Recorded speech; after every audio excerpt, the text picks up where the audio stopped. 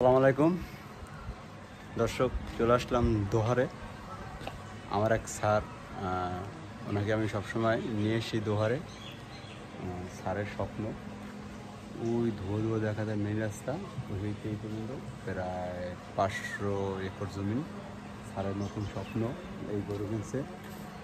আমরা যাইয়া সিরাজগঞ্জ দিয়া এবং দিনাজপুরে গরু কিনে আনছি। দেখেন গরু, এই যে নেতা ইয়েছে, আমার ডর লাগার দেখে।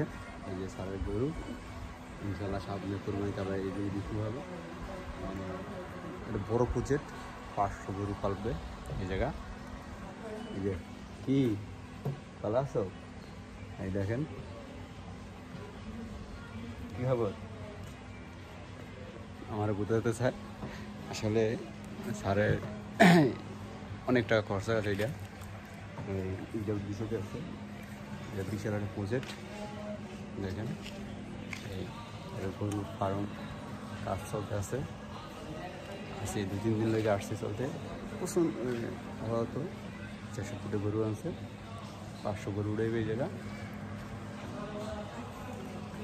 খুবই সুন্দর একটা গরুর এবং নিজের হাতে ঘাস, একদম কেমিক্যাল মুক্ত খাবার ছাড়া, কোনো সার মোর কোনো কিছু নাই, শুধু খালি ভুসি খাওয়ায় গরুরে, কোনো ট্রিটমেন্ট কোনো খাবার নাই।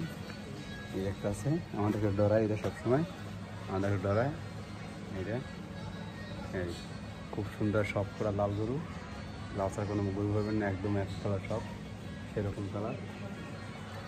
বিশাল জায়গা নিয়ে করতে আছে গরুর ফার্ম, যা আপনি দেখা যাবে না, দেখানো সম্ভব না। তবু বিশাল জায়গা, 500 গরু রাখবেন, খাইতে হবে খাবার।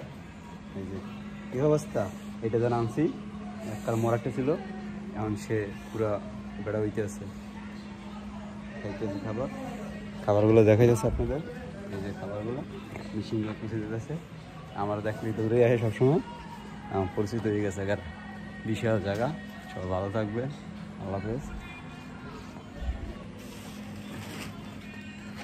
এই যে রাস্তা পর্যন্ত ঘাসের অভাব নেই, কোনো একদম অরিজিনাল পিওর খাবার। এই জায়গায় কোনো কেমিক্যাল নেই, একদম পিওর।